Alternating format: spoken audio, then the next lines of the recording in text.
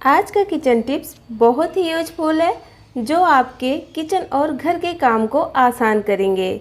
नमस्ते दोस्तों, स्वागत है आपका प्रीति रसोई में। इस तरीके का वेजिटेबल बैग तो सबके घर में आते हैं और इसे हम बेकार समझकर फेंक देते हैं, मगर आज हम इस वेजिटेबल बैग से इतने सारे टिप्स आपको बताऊंगी जो आपने शायद कभी नहीं ट्राई किया होगा, और साथ ही साथ हम इससे ऑर्गेनाइजर भी बनाएंगे। तो वीडियो बहुत ही यूजफुल है, वीडियो को एंड तक देखिएगा, आपके बहुत ही काम का है। तो सबसे पहले हम अपनी किचन के लिए रोज़ यूज करने वाला आइटम बनाएंगे। तो उसके लिए मैंने यहाँ पर 2 नेट बैग को इस तरीके से फैला लिया है। अब यहाँ पर एक छोटा सा टुकड़ा है नेट बैग का, इसे भी हम इसके सेंटर में रख देंगे फैलाकर। अब इसे हम फोल्ड करेंगे। तो इसे हमें नीचे की साइड से फोल्ड करना है, फिर ऊपर की साइड से, फिर लेफ़्ट और राइट की साइड से फिर फोल्ड करना है इस तरीके से। तो ये देखिए हमने इसको अच्छे से फोल्ड कर लिया है। अब ये खुले नहीं, उसके लिए हम सुई धागे से इसके खुले वाले पार्ट को सिल देंगे। तो यहाँ पर हमें बहुत बारीक बारीक सिलाई नहीं करना है, बस रफली इसे हमें सिल देना है। बस इतना ही हमें ध्यान रखना है कि ये खुले नहीं। तो इस तरीके से यहाँ पर मैंने इसको सिल दिया है। अब ये देखिए ये हमारा आइटम बनके तैयार हो गया है। अब इसे हमें यूज कैसे करना है वो मैं आपको बताती हूँ।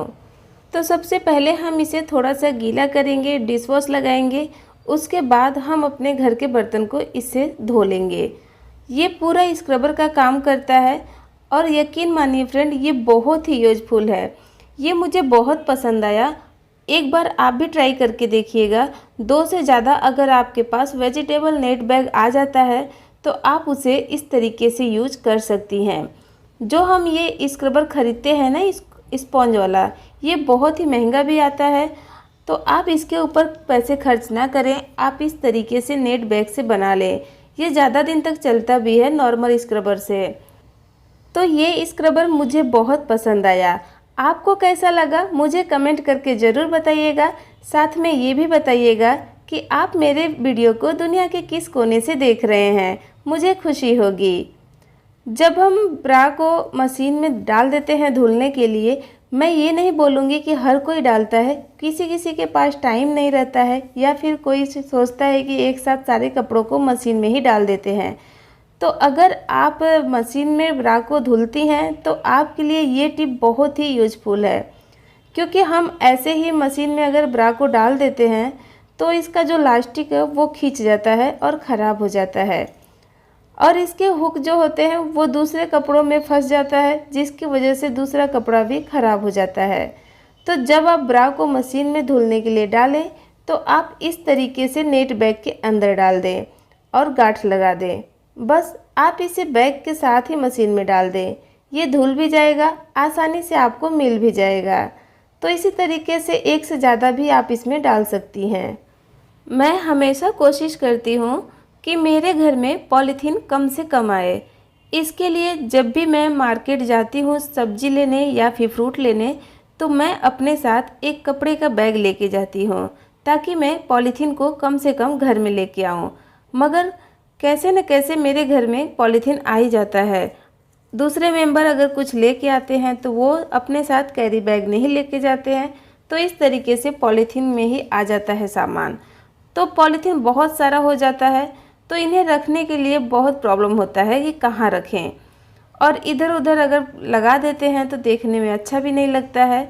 तो उसके लिए मैं पॉलीथीन को इस तरीके से एक दूसरे में जोड़कर चेन जैसा बना लेती हूँ। उसके बाद एक नेट बैग लेंगे और नेट बैग के अंदर सारे पॉलीथीन को रख देंगे। तो जो पहला पॉलीथीन रहेगा उसे हमें इस तरीके से नेट बैग से थोड़ा सा बाहर निकाल देना है। उसके बाद बस इस तरीके से एक पॉलीथीन के हैंडल में दूसरे पॉलीथीन के पीछे वाले हिस्से को फंसाते जाएंगे, और यहाँ पर मैंने सारे पॉलीथीन को नेट बैग के अंदर डाल दिया है। अब ये एक जगह भी रहेंगे और इसे यूज करना भी आसान हो गया है, क्योंकि मैं पॉलीथीन को ऐसे नहीं फेंकती हूँ। जब फेंकना ही है तो कहीं पर यूज करके फेंकें। तो मैं इसमें कचरा डालती हूँ, इससे हमारा डस्टबिन भी साफ़ रहता है और पॉलीथीन का यूज भी हो जाता है। तो नेट बैग को मैंने पॉलीथीन रखने का ऑर्गेनाइज़र बना लिया है। तो आप भी इस तरीके से ट्राई कर सकती हैं। ज़रूरी नहीं रहता है कि हर लाइट बोर्ड के नीचे टेबल रखा हो। तो यहाँ पर जिस बोर्ड में मैं मोबाइल को चार्ज करने के लिए लगा रही हूँ, इसके नीचे टेबल वगैरह कुछ भी नहीं है। तो मोबाइल को चार्ज करने के लिए तो हमने लगा दिया है, अब हम सोचेंगे कि मोबाइल को रखें कहाँ। तो इस तरीके से हम चार्जर के ऊपर ही रख देते हैं, मगर ये रिस्क है, थोड़ा भी अगर टच होगा तो इस तरीके से मोबाइल नीचे गिर जाएगा और मोबाइल टूटकर ख़राब हो सकता है। तो जब आप मोबाइल को चार्ज करने के लिए लगाएं और वहाँ पर टेबल वगैरह नहीं रहेगा रखने के लिए, तो आप इस तरीके से नेट बैग को ले लें और उसके ऊपर थोड़ा सा कट लगा दें ताकि इसमें थोड़ा बड़ा होल हो जाए इस तरीके से। अब चार्जर को हमें इस होल में से डालकर ऐसे नेट को फंसा देना है। उसके बाद हमें बोर्ड में लगाना है। अब मोबाइल को नेट बैग के अंदर डाल दें। अब बिल्कुल भी मोबाइल नीचे नहीं गिरेगा और आसानी से ये चार्ज भी हो जाएगा। बस ध्यान आपको ये देना है कि जो हमने ये नेट लगाया है चार्जर में, इसे हमें ऊपर ही रखना है, बोर्ड से टच नहीं होना चाहिए, इस बात का ध्यान दीजिएगा। तो फ्रेंड, वीडियो यूजफुल लगेगा तो लाइक ज़रूर करिएगा, चैनल को सब्सक्राइब करना मत भूलिएगा। तो चलिए नेक्स्ट टिप देखते हैं। यहाँ पर जो हमारा ये आलू प्याज रखने वाला बास्केट है ना, ये पूरा फुल हो गया है क्योंकि मैंने प्याज थोड़ा ज़्यादा ले लिया है, जिसकी वजह से 2 बास्केट में मैंने प्याज को ही रख दिया है और एक में आलू है। अब लहसुन को रखने के लिए इसमें जगह ही नहीं है और लहसुन को भी हमें हवादार जगह पर ही रखना है।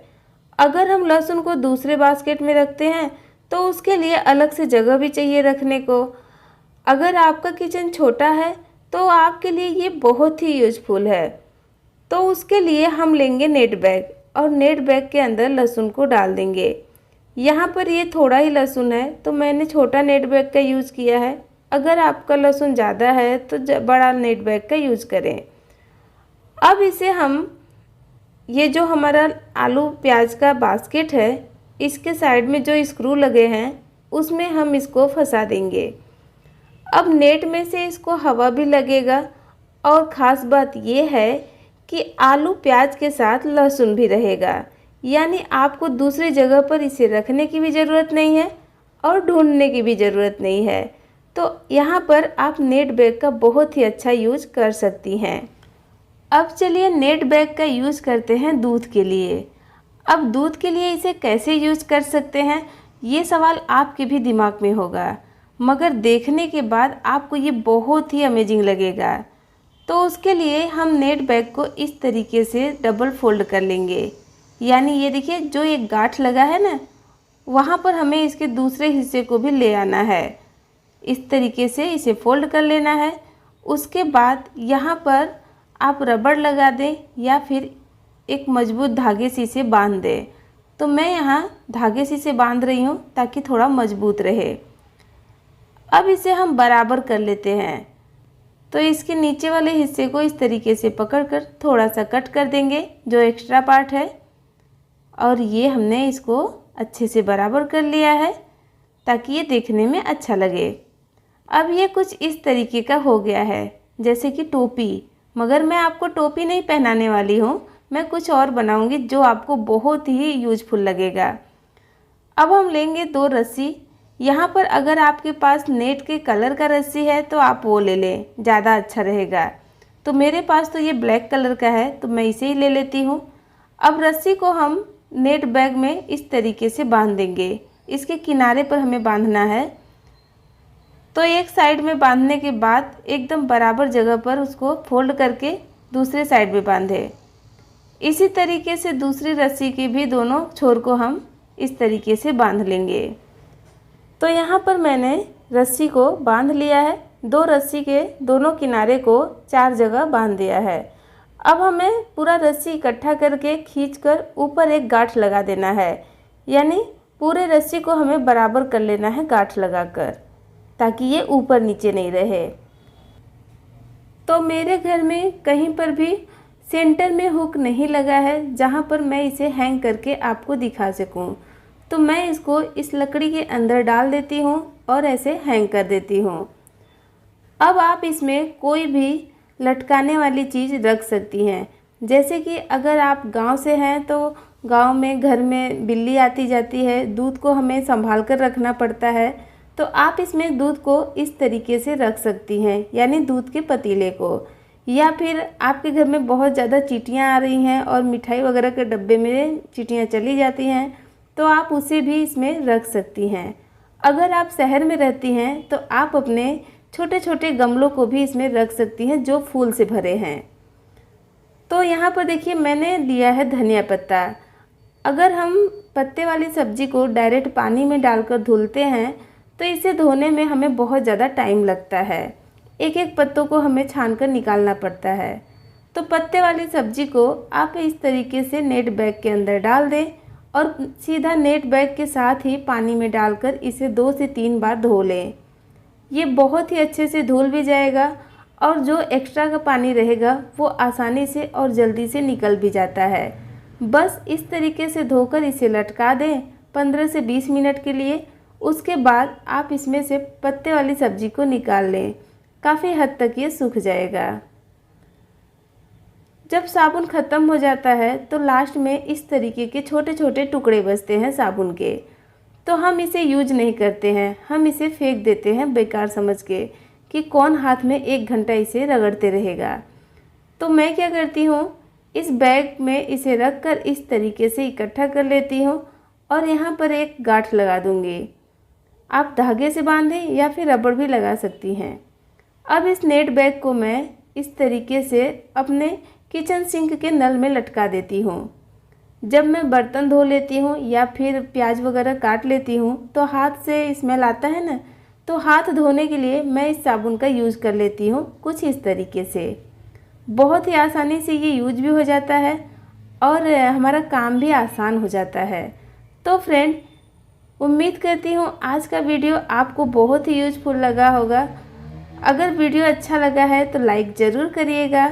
चैनल पर नए आए हैं तो सब्सक्राइब कर दीजिएगा, साथ में बेल आइकन को भी क्लिक कर दीजिएगा। फैमिली और दोस्तों के साथ शेयर करना बिल्कुल मत भूलिएगा। Thank you.